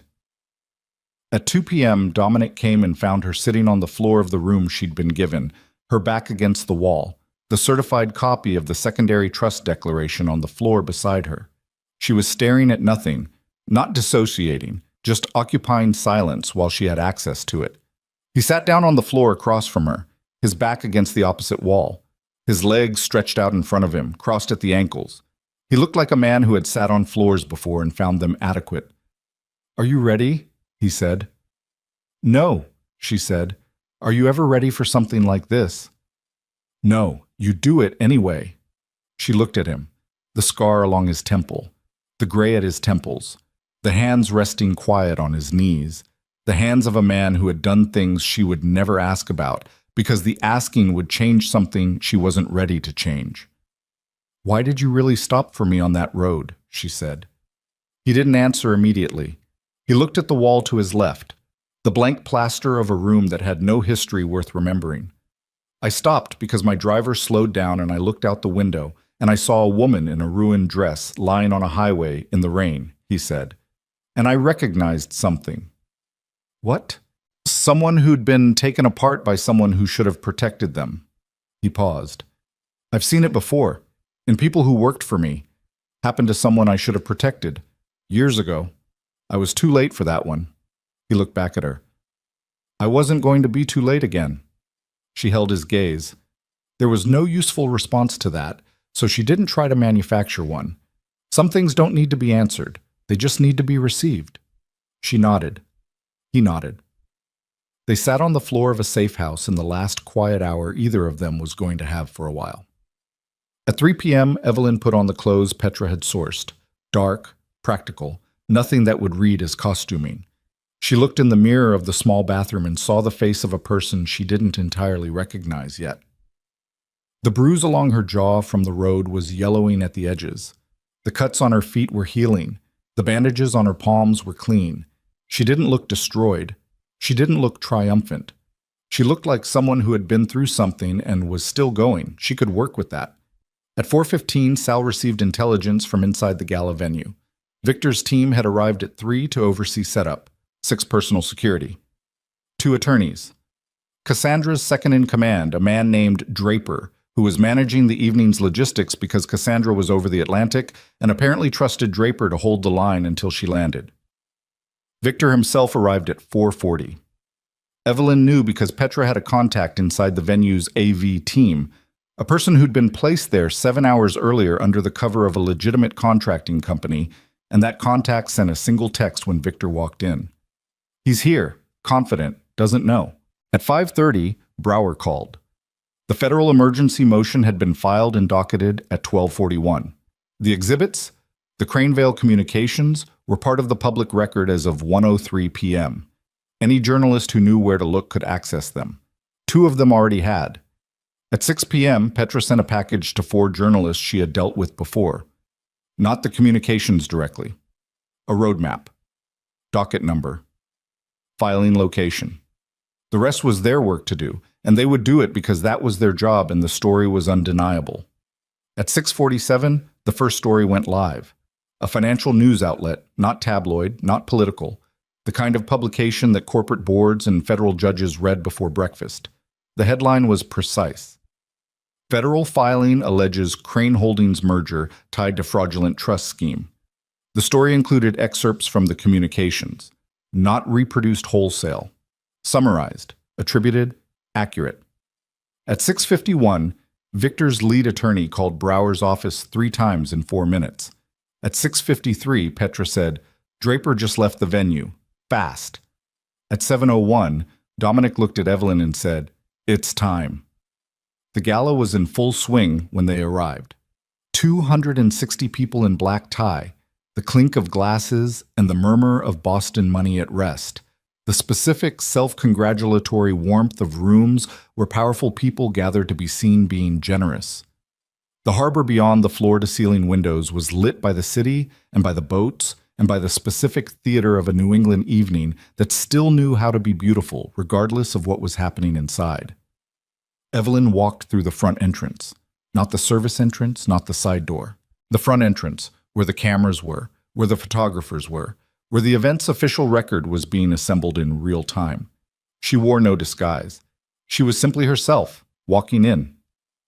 The reaction moved through the room in a wave she could physically feel, a change in air pressure almost, heads turning, conversations dropping half a beat, the specific electricity of a room realizing that the evening had just changed shape. Victor was across the room. He saw her at the same moment she saw him. His face went through 3 expressions in less than a second. Surprise, calculation, then something colder. He started moving toward her.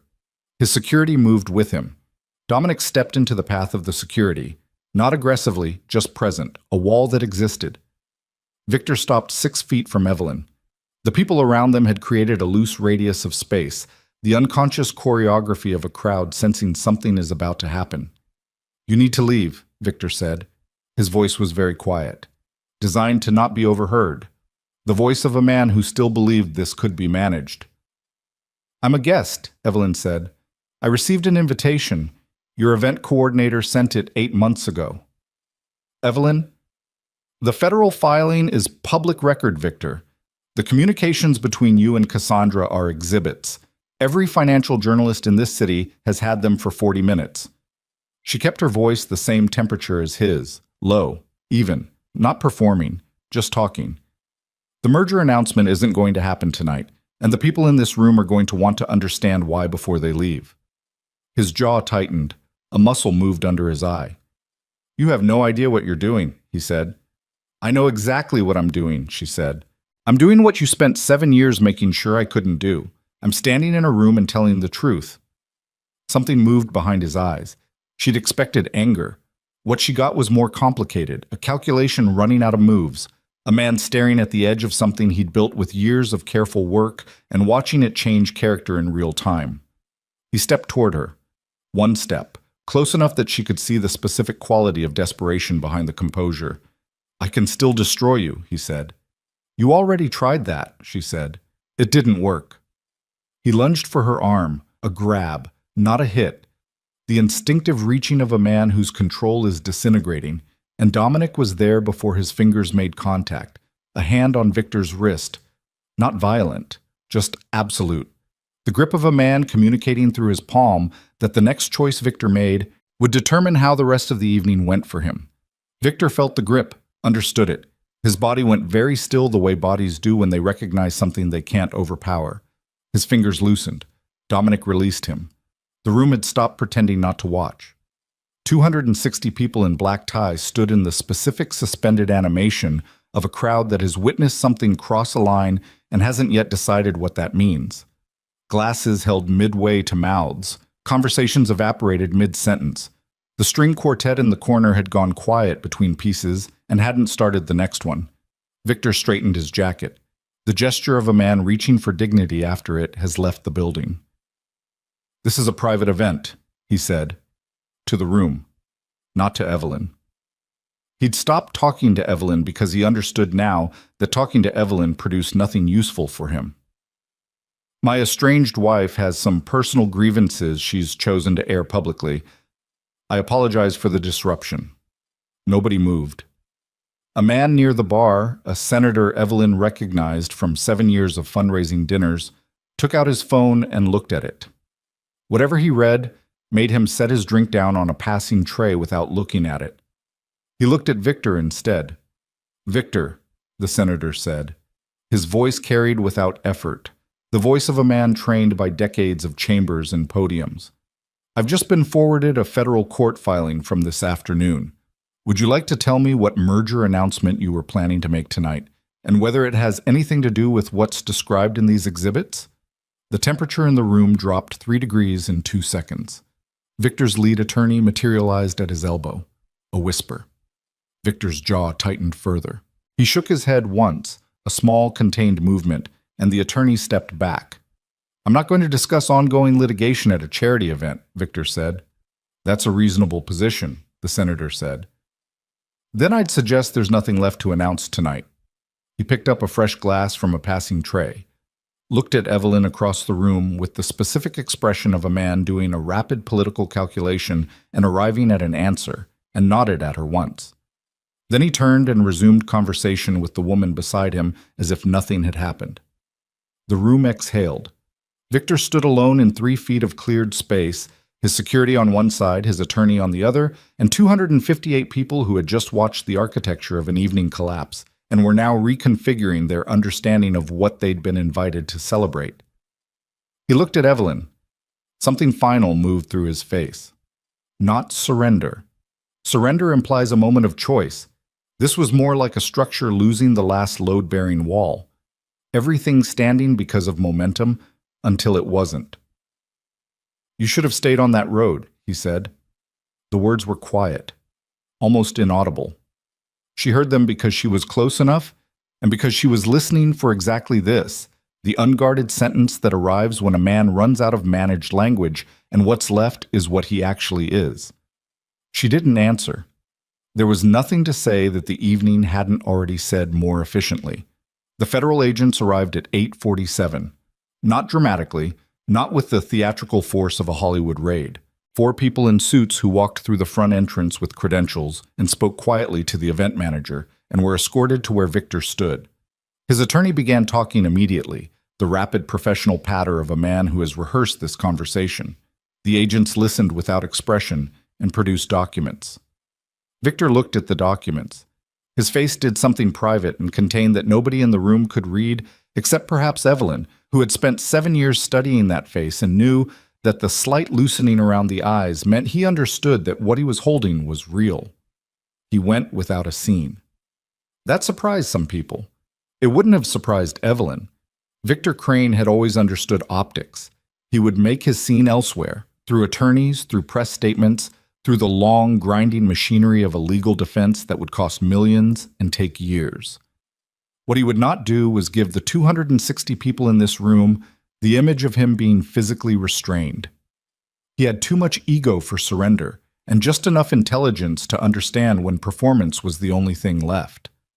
He walked out between the agents with his jacket straight and his chin level and his hands at his sides, and if you didn't know what you were watching, you might have thought he was simply leaving early. Evelyn watched him go. She had expected to feel something large, satisfaction or grief or the specific release of a breath held for years. What she felt instead was very quiet, a kind of internal weather settling, the way air feels after a storm when the pressure equalizes, and everything is simply itself again, wet and ordinary and present. Dominic appeared beside her, not touching her, just there. "Cassandra's flight lands in 2 hours," he said. "I know." "Brower has people at the airport." "I know." They stood together watching the room reorganize itself around the space Victor had occupied. The string quartet had resumed. Someone had refilled the champagne stations. The senator was working the room with the practiced fluency of a man who knows that events like this are where reputations are made and remade, and tonight there were reputations available at significant discount. "Do you want to leave?" Dominic said. "Yes," Evelyn said, "but not yet." She crossed the room to where Randall Fitch stood near the windows with a glass of water and the expression of a man who had survived something and was still in the process of understanding it. "It's done," she said. "The merger announcement never happened," he said. "Without the announcement, without the board signatures, the transaction has no legal foundation. The federal filing nullifies his authority over the primary trust pending the Monday hearing. The secondary trust is already active." He paused. "It's not over. There will be proceedings, years of them probably, but the acute crisis is over." "Helen Park," Evelyn said. Randall's face changed. "She regained consciousness this afternoon. 3 p.m.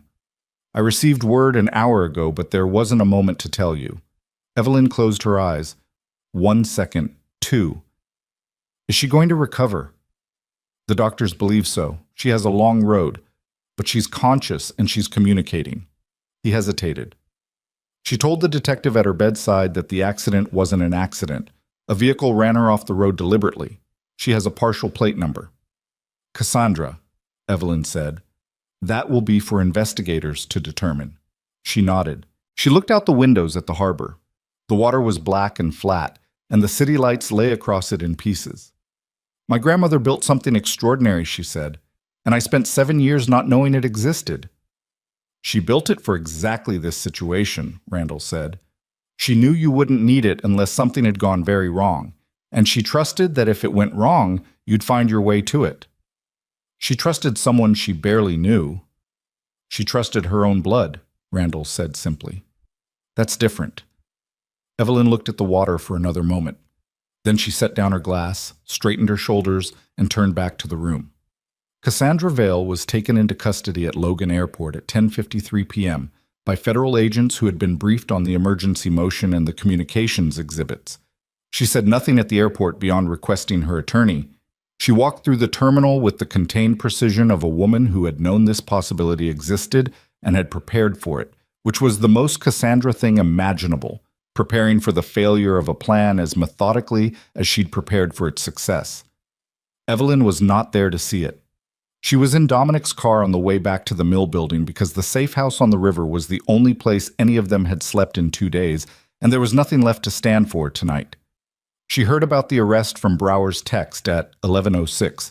She read it once, put the phone face down on her knee, and looked out the window at the passing dark. The next 6 weeks were the hardest in a different way. The acute danger was over, but what replaced it was the grinding, exhausting work of legal proceedings conducted under public scrutiny with a media cycle that could not decide whether Evelyn was a victim or a schemer or a woman who had allied herself with organized crime to take down her husband, the last framing being the one Victor's defense team leaned on hardest. The Monday federal hearing confirmed the TRO. The conservatorship petition was dismissed. The primary trust returned to Evelyn's sole control under Randall's administration. The criminal proceedings against Victor moved through indictment with unusual speed because the documentary evidence was exceptionally thorough. 22 counts, including wire fraud, conspiracy, and financial crimes connected to the port operations. 3 of his co-conspirators agreed to cooperate with federal prosecutors in exchange for reduced charges. The cooperation produced additional evidence that expanded the port investigation to cover all 6 facilities. Cassandra's case was more complicated. Her attorneys were better than Victor's, and she was more careful about what she'd put in writing. The Gianni connection, Gianni having been arrested at the estate the morning after the gala based on evidence Petra had spent the drive to Springfield assembling, provided significant testimony. The manipulation of Helen Park's accident was ultimately charged as attempted murder, and that charge, more than any financial crime, was what made Cassandra's legal position untenable. She entered into negotiations with prosecutors at week 4. Marcus Webb disappeared for 11 days after the gala. He was located in a hotel in Montreal by investigators working for Brower's firm, and when presented with the evidence against him, specifically the payments from Cassandra's network and the manufactured evidence of his own coordination, he cooperated fully and immediately with the understanding that full cooperation was the only thing standing between himself and a federal prison sentence. The recordings he'd claimed to have made of Evelyn never existed. He admitted this in a sworn statement. The recordings had been described in the affidavit to create the threat of evidence, not the evidence itself. It was a bluff built on the assumption that the threat alone would be sufficient to collapse the federal TRO before anyone had time to call it. Nobody had called it, because Evelyn had moved faster than the bluff could land. Gianni received a reduced sentence in exchange for full testimony about his 8 months of intelligence work for Cassandra. He described in detail every piece of information he'd passed, every meeting he'd observed, every document he'd photographed. The testimony was thorough and damaging to Cassandra's defense, and completely devastating to Gianni's relationship with every person he'd worked beside for 3 years. Sal was the one who testified at the sentencing hearing on behalf of the Impact on Dominic's organization. He sat in the witness chair in a court-appropriate suit that didn't quite fit his shoulders and spoke in the flat, factual language of a man describing damage done to something he'd spent his life building.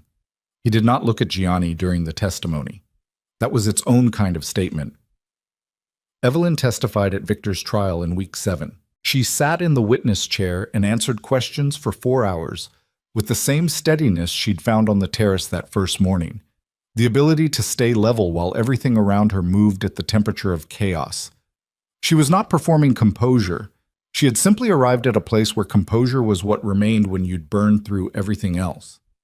Victor's attorney tried to introduce the parallel narrative, the affair, the instability, the alliance with Moretti. Brower objected to the Moretti characterizations and the judge sustained it. The affair narrative had no evidence behind it after Webb's recantation. The instability narrative required the conservatorship framework that no longer existed. What was left was Victor, his actual choices, the documents, the communications, the payments to contractors, the fabricated medical evaluation, the plan to institutionalize his wife, assembled in writing with specific timelines and cost projections, because Victor and Cassandra had treated the destruction of a human being as a project plan. The jury deliberated for 11 hours. Evelyn was not in the courthouse when the verdict came in. She was at a coffee shop 6 blocks away with Randall and a cup of something she wasn't actually drinking. Brower called at 2:17 p.m. She listened, said thank you, put the phone down. Randall looked at her. Guilty on 19 of 22 counts, she said. He exhaled, a long, slow breath that seemed to carry something he'd been holding since the night he'd driven to the mill building with his satchel. Your grandmother would be relieved, he said. She'd be furious that it came to this, Evelyn said. She built the lock specifically because she knew it might, but she'd be furious anyway. Yes, Randall said. Probably. The sentencing came later. Victor received 14 years. Cassandra, whose cooperation had been partial and strategic rather than full, received 11. The port network was dismantled over the following months by a federal task force that used the cooperative testimony and the documents to trace operations that had been running for 6 years. The human trafficking component, the 2 facilities Petra had identified in the original briefing, produced the most significant arrests and the most significant media coverage, the kind of story that becomes a reference point for how these things work and how long they can run undetected when the infrastructure is buried deep enough. Helen Park recovered. She had a limp she wouldn't carry forever, and a story she'd tell for the rest of her life. She and Evelyn had coffee in November in a cafe in Cambridge, and spent 3 hours talking about Evelyn's grandmother in the specific way that people talk about someone who shaped them, with affection and exasperation and the kind of grief that has become comfortable with itself over time. She talked about you, Helen said. When she was drawing up the secondary instrument, she said she didn't know you well enough yet because you were still young. She said she'd built the trust for the person you were going to become, not the person you were. Evelyn held her coffee cup with both hands. The bandages were long gone. The cuts had healed to faint lines on her palms that she only noticed when the light caught them at a specific angle. Did she think I'd be ready? Evelyn said. She thought you'd have to become ready, Helen said. Which is different. The Hartwell Foundation opened its offices in January in a building on the waterfront that Evelyn had selected because it had windows that looked at the harbor. She had looked at that harbor from a road in the rain and from a terrace at Dominic's estate and from the gala's floor-to-ceiling glass and from the passenger window of a car moving through dark at 3 a.m, and by now she knew it in enough context that it had stopped being beautiful and become simply real, the way things that matter eventually do. The Foundation's stated purpose was financial exploitation recovery, practical assistance for people who had been defrauded, legally manipulated, or systematically isolated from their own assets by partners, family members, or institutions who had treated them as obstacles rather than people. Legal referrals, financial reconstruction, the specific unglamorous work of helping someone understand what they owned and how to hold it.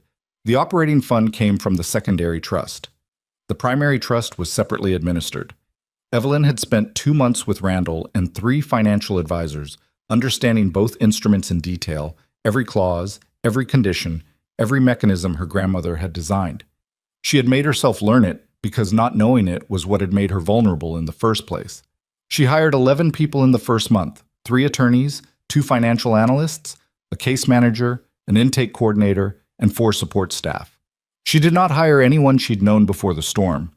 This was a deliberate choice that she didn't explain to anyone because it didn't require explanation. She was building something new, and she wanted its people to be people who knew her as she was now, not people who carried the image of the woman who'd been dragged through a gate in the rain. She was still that woman. She didn't want to be mistaken for not being that woman. But she was also someone the storm had made that the rain hadn't found yet. Dominic came to the Foundation's opening in March. He came alone, without security, which she knew represented something, though she didn't name it. He wore a dark coat and stood near the back of the small gathering and looked at the harbor through the windows, while the other guests made the sounds of openings, champagne, and optimism, and the specific hope of new rooms. She found him at the window when the others had drifted into conversation. "You didn't have to come," she said. "I wanted to see it," he said. She stood beside him. The harbor was gray today, the sky low, one of the last cold days of the year. Not a storm, just winter finishing itself. "Sal," she said. "He's fine. We're fine." A pause. "He was right to be suspicious of you." "I know. He'd never say that." "I know that too." They were quiet for a moment. The room behind them made its human sounds. "The port investigation," she said. "Your operation." "Adjustment period," he said, which meant things had changed and he was navigating them, and he wasn't going to describe the navigation.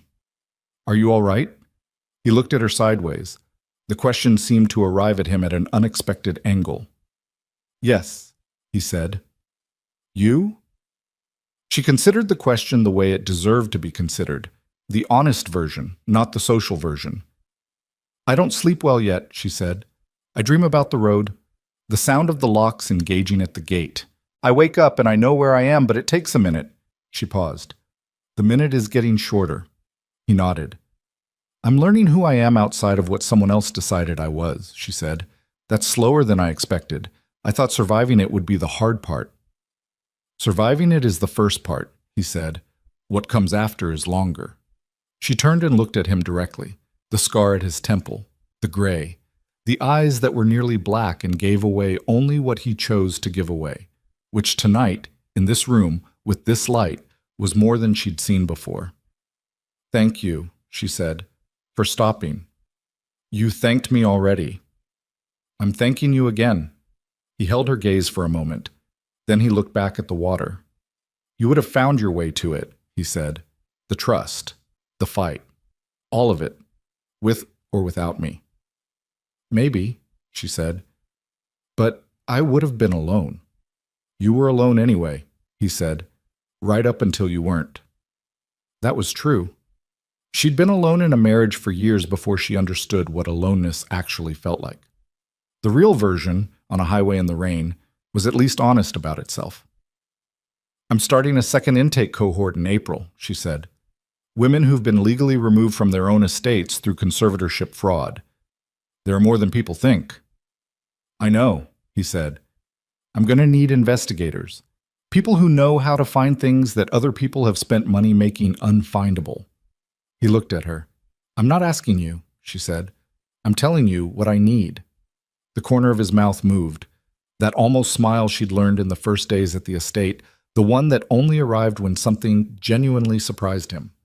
I'll send you a name, he said. I'll be in touch, she said. She left him at the window and went back to her guests, shook hands and answered questions and looked at the room full of people who were here because they believed the foundation would do something useful in the world.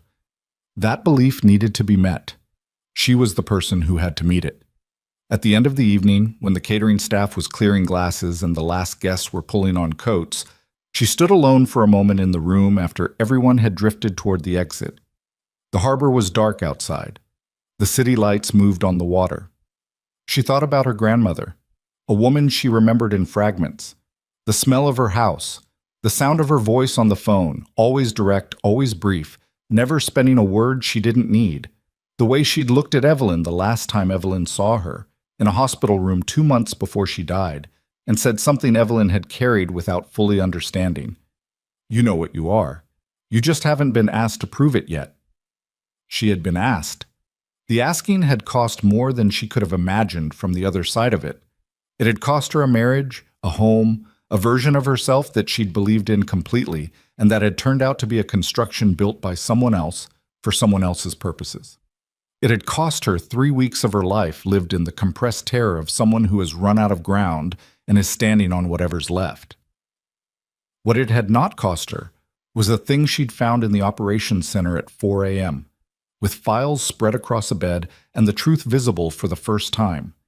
The thing that had made her stand up in a government conference room at 4:51 in the morning and read a declaration in her own voice. The thing that had walked her through the front entrance of a gala in a room full of people who had collectively decided she'd been destroyed. She turned off the lights herself, locked the door, walked to the car she'd driven here alone, because driving herself somewhere was still new enough to feel deliberate. She sat behind the wheel for a moment before starting the engine. The gate locks. The rain. The road. Victor's face in the doorway raising his glass. She started the car. The harbor disappeared in the rearview mirror. She drove toward the city and the work that was waiting inside it. The road ahead was lit. Not brightly, just enough. It was enough.